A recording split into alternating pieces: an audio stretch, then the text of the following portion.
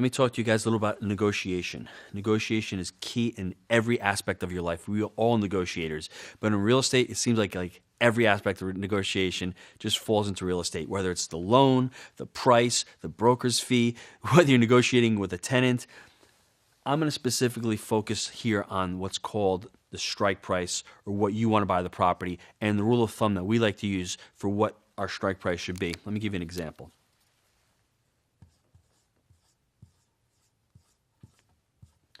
Let's say your strike price, which means the price that you want to pay top dollar for a property is $1 million. Our rule of thumb is to start at least 10% below your strike price and start negotiating up. I would start negotiating at $900,000. You have leeways to go. Now, if the guy's listed at $1.6 million, it might be a little unrealistic. You're not going to do it. But you know what your strike price is, because if you watched all these videos, I've told you to buy in actuals. I've told you how to analyze these deals. You're going to say, I'm not paying more than $1 million. Couple things, guys. Really, really, really important. I want you to listen to this. Don't tell anybody. Don't tell your mom. Don't tell your dad. Don't tell your broker what your strike price is, because he's not going to fight for you. Because if he knows you're willing to go to $1 million, what's he going to do? He's going to get it to $1 million.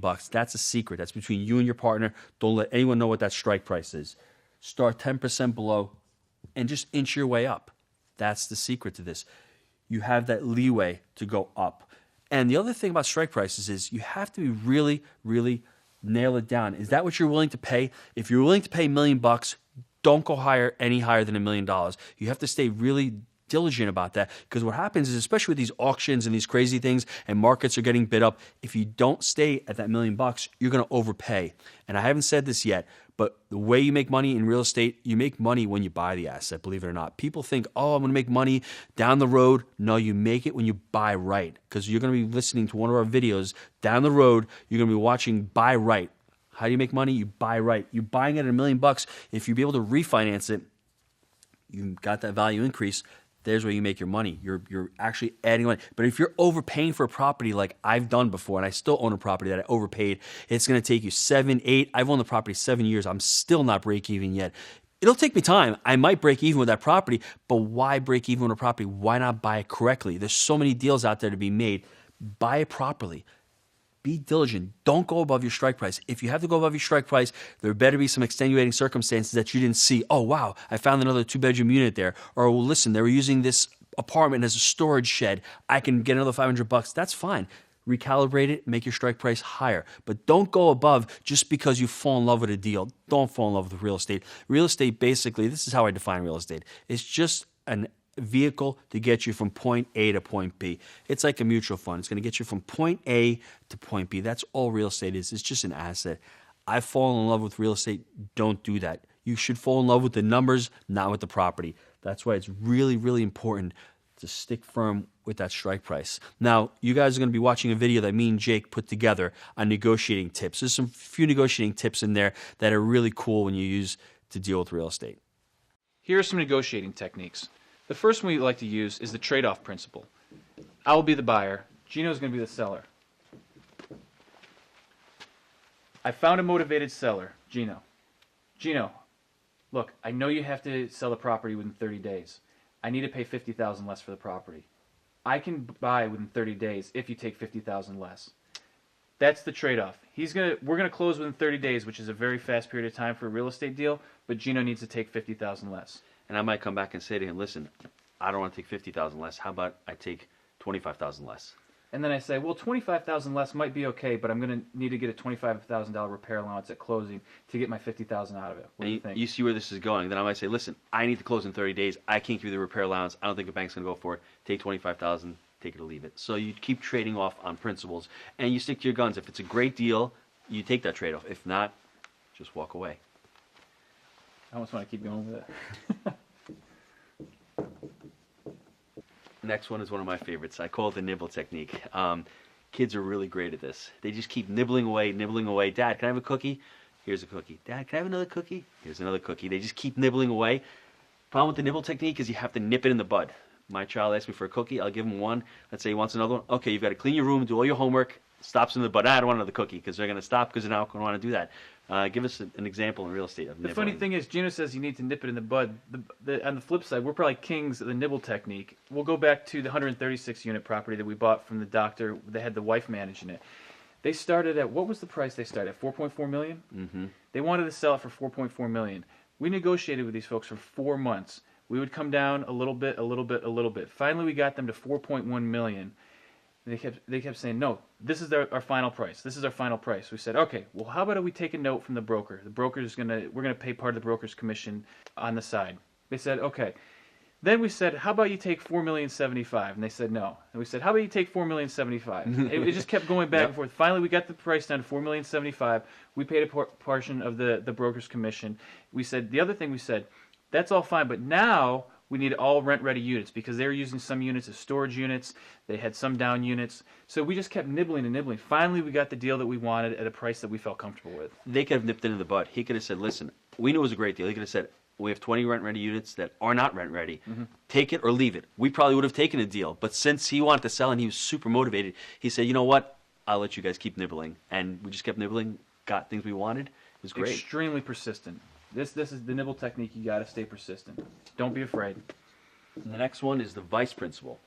Basically, vice principle is that the best you can do? So I'll say to Jake, property, $500,000. Jake would come back to me and say, is that the best you can do? Is that the best you can do? And basically, I'm countering myself, but I'm saying, well, maybe I can do 450. He hasn't even given me his number yet. I'm silent, keep in mind. I'm waiting to hear a response. So is that the best you can do? So that vice, I mean, then I might think, if I'm motivated, I might go, you know what? I can knock off 25 grand. We haven't even started negotiating yet, and I'm already down 25 grand. It's an awesome technique to use. Next one we're going to discuss is called the flinch technique. This can be used even with the brokers at times. When you're starting to negotiate what is called a pocket deal, that may not be listed on the MLS yet. So the broker will say, I think they're looking to get $1 million for it. I immediately will say, ooh, really? I know that area. That property, I like it, but he's wincing. I don't know. So you feel the pain. And if you're on the phone, you make sure he hears that uncomfortableness. And then you may say, I'm going to have to call you back on that one. I don't feel too good about it. Send me your numbers and let me know what the real price is. It's a good way to do it. And then they can say, holy crap, we must be way out of the park on this one. We're not even in the game. So then they'll come back and then they'll say, send me the real numbers and what the real price is. On a lot of these techniques, these guys are negotiating against themselves before you even start the negotiation, which is great because price is going down even before you even name your price, which is what I love. Yeah. Next one is called the withdrawn offer. So basically on the withdrawn offer is you start with this huge concession price, and then all of a sudden as things get closer and closer, the price comes down. And I'll give you an example. On the property we purchased for $4 million that Jake was talking about, they had it listed for $6.4 million. And I knew it was overpriced at the time, but I didn't think it was that overpriced. So I said to myself, I don't want to make an insulting offer, but let me try it. So I put in an offer at $3.7 million, and I thought it was going to get laughed out. He came down right down to $4.4 million. So that, we couldn't believe it. Withdrawn, I was blown away. That withdrawn offer came from 6.4 to, he knocked off $2 million on his first shot. So I said to myself, we really have a deal here. I mean, it took another 2 months of negotiating. I thought he would have come down a lot more, but that's what happened with his withdrawn. He had a number in his mind that he knew he was overpriced, but that he'd come down with the price. So I started out with a big chunk, and then the last month or two, it was those smaller nibbled it concessions. down about another 325 grand. Next one is called the doorknob technique. I think the name says it all. You're really willing to reach for that doorknob. Negotiations are going rocky. You're willing to say to the seller, dude, I'm out of here. And you go reach for the doorknob. And when the seller sees that, if he's still motivated and he wants to make the deal, he's going to say, hold on. That's when you have a smile on your face and you say, got a little bit of leeway there. Think of your typical transaction at the car dealership. You're in the room with him. You're with the financing guy. You're ready to walk out. You stand up. You reach for the door. He says, "Okay, come on back in." This is also known as a final and best. You can put it out there. This is gonna be my final and best offer. That's the best I got for you. I love the technique. It really does work. It's great. Next one I want to talk about is called the red herring.